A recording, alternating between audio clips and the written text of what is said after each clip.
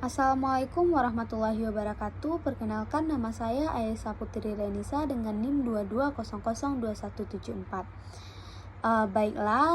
Yang terhormat Bapak dosen pengampu yaitu Bapak Dr. Hanif Al-Qadri, SPD MPD, dan Ibu Merika Setiawati, MPD. Di video kali ini saya akan menjelaskan mengenai Public Internal Employee Relation dan Stakeholder Relation dalam manajemen humas. Nah, yang pertama yaitu mengenai Public Internal Relation. Kegiatan internal public relation meliputi media relation, corporate secretary, employee relation, in-house journal, serta pendokumentasian. Bidang ekonomi membutuhkan PR untuk membina hubungan yang baik dengan stakeholder, yaitu setiap kelompok yang berada di dalam maupun di luar perusahaan mempunyai peran dalam berpartisipasi dalam menunjang pembangunan nasional. Selanjutnya yaitu mengenai Public Internal Employee Relation, di mana hubungan pekerja internal publik adalah bidang dalam manajemen sumber daya manusia yang berfokus pada hubungan antara manajemen perusahaan dengan karya internal atau pekerja dalam organisasi tersebut. Ini termasuk semua upaya yang dilakukan sebuah perusahaan dalam memahami, memelihara, dan meningkatkan hubungan antara manajemen dan karyawan. Tujuannya dari Public Internal Employee Relation adalah untuk menciptakan lingkungan kerja yang sehat dan produktif, meningkatkan hubungan antara manajemen dan karyawan, serta meningkatkan komunikasi antar manajemen serta dan memastikan bahwa kepentingan karyawan diakomodasi. Nah, ada beberapa fungsi dari Public Internal Employee Relation. Yang pertama yaitu komunikasi internal, di mana menjaga seluruh komunikasi terbuka antara manajemen dan karyawan. Ini dapat mencakup pertemuan reguler, komunikasi tertulis, dan berbagai bentuk interaksi lainnya. Yang kedua, manajemen konflik, yaitu mengatasi konflik di dalam tempat kerja dan mencari solusi yang memadai untuk masalah yang muncul di antara karyawan atau antara karyawan dan manajemen. Yang ketiga yaitu kesejahteraan karyawan, di mana memastikan kesejahteraan karyawan termasuk kesehatan dan keselamatan di tempat kerja serta kebijakan yang mendukung kesejahteraan mereka. Yang terakhir yaitu keberagaman dan inklusi. Ini yaitu memproduksikan atau mempromosikan keberagaman dan inklusi di tempat kerja sehingga setiap karyawan merasa dihargai dan diperlakukan secara adil atau dengan adil. Sementara itu, stakeholder relation yaitu hubungan pihak dengan stakeholder adalah praktik manajemen yang berfokus pada hubungan perusahaan dengan berbagai pihak yang memiliki kepentingan dalam keberhasilan perusahaan. Pihak stakeholder dapat meliputi pemegang saham, pelanggan, pemasok, pemerintah, masyarakat, dan banyak kelompok lain yang dapat mempengaruhi atau dipengaruhi oleh perusahaan. Fungsi utama dari stakeholder relation ini yaitu yang pertama mengidentifikasi stakeholder, yaitu mengidentifikasi siapa saja yang memiliki kepentingan dalam perusahaan dan bagaimana kepentingan mereka berhubungan dengan operasional dan tujuan dari perusahaan. Yang kedua, komunikasi dengan stakeholder. Berkomunikasi secara efektif dengan stakeholder untuk menjaga mereka berinformasi tentang perkembangan perusahaan, kebijakan, dan rencana yang dapat mempengaruhi mereka. Yang keempat, tanggung jawab sosial perusahaan atau CSR, di mana memastikan bahwa perusahaan memenuhi tanggung jawab sosialnya kepada masyarakat dan lingkungan, serta mengelola dampaknya pada stakeholder. Yang kelima, berkelanjutan atau kelanjutan dari bisnis, yaitu memastikan bahwa hubungan dengan stakeholder mendukung pertumbuhan dan keberlanjutan jangka panjang dari perusahaan.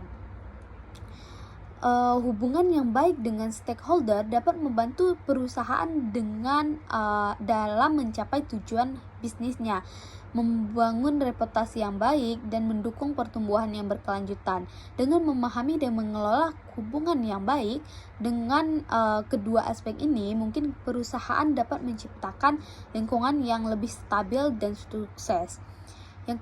Yang selanjutnya yaitu pengertian mengenai kegiatan internal public relation. Nah, kegiatan internal public relation adalah kegiatan yang ditujukan untuk internal public atau organisasi ataupun perusahaan, di mana public internal ini adalah sebuah elemen yang mempengaruhi secara langsung dalam keberhasilan perusahaan seperti karyawan, manajer, supervisor, pemegang saham, dewan direksi perusahaan, dan sebagainya.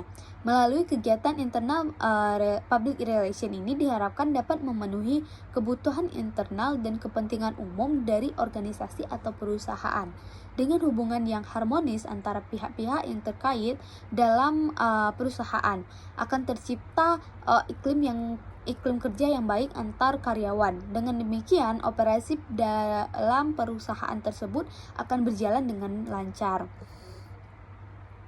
Nah, kegiatan hubungan antar internal yang dilakukan oleh petugas humas masyarakat, yaitu yang pertama hubungan dengan karyawan, yaitu sebuah PR atau seorang PR harus dapat berkomunikasi dengan semua tingkat karyawan, baik dengan secara formal maupun informal, untuk menentukan kritik dan saran yang dapat dipertimbangkan dalam pembuatan kebijakan dalam organisasi atau perusahaan mereka. Yang selanjutnya yaitu seorang PR harus mampu menjembatani komunikasi antara manajemen dan karyawan, dimana karena produk memang menghubungkan program memegang hubungan karyawan diharapkan dapat mengarah pada hasil positif yang karyawan merasa dihargai dan dirawat oleh perusahaan, sehingga terciptalah rasa memiliki atau sense of belonging atau motivasi kreativitas dan yang ingin dicapai dan ingin mencapai performa maksimal dari karyawan. Yang selanjutnya yaitu hubungan dengan pemegang saham atau stakeholder relation, di mana seorang PR juga harus mampu membangun hubungan yang baik dengan pemegang saham dan mampu berkomunikasi dengan baik atau mengkomunikasikan apa yang terjadi dalam organisasi atau perusahaan. Karena sebagai penyandang dana, mereka harus selalu tahu tentang perkembangan perusahaan secara transparan dalam rangka meningkatkan kepercayaan mereka dalam perusahaan. Dengan demikian akan menghilangkan kesalahpahaman dan kecurigaan terhadap perusahaan. Persyaratan menjadi public relation, apakah ada persyaratannya? Tentu ada. Nah, public relation dan penanganan krisis kepercayaan serta turunnya citra perusahaan atau citra merupakan hal yang penting dalam perusahaan. Nah, untuk lebih jelas mengetahui peran dari public relation tersendiri mengenai penanganan krisis, ada beberapa cara. Yang pertama yaitu identifikasi potensi krisis, yang mana PR harus bekerja sama dengan manajemen perusahaan untuk mengidentifikasi potensi krisis yang dapat mempengaruhi citra perusahaan. Ini termasuk mengenali risiko internal dan eksternal yang dapat muncul. Yang kedua, perencanaan krisis, di mana PR harus membantu merancang rencana krisis yang meliputi langkah-langkah yang akan diambil jika krisis terjadi. Ini mencakup peran siapa yang akan mengambil tindakan, prosedur komunikasi, dan sumber daya yang dibutuhkan. Yang ketiga, respon cepat, di mana PR harus memberikan respon terhadap krisis ketika itu terjadi. Ini termasuk memberikan informasi yang akurat dan terkini kepada semua pihak yang terlibat.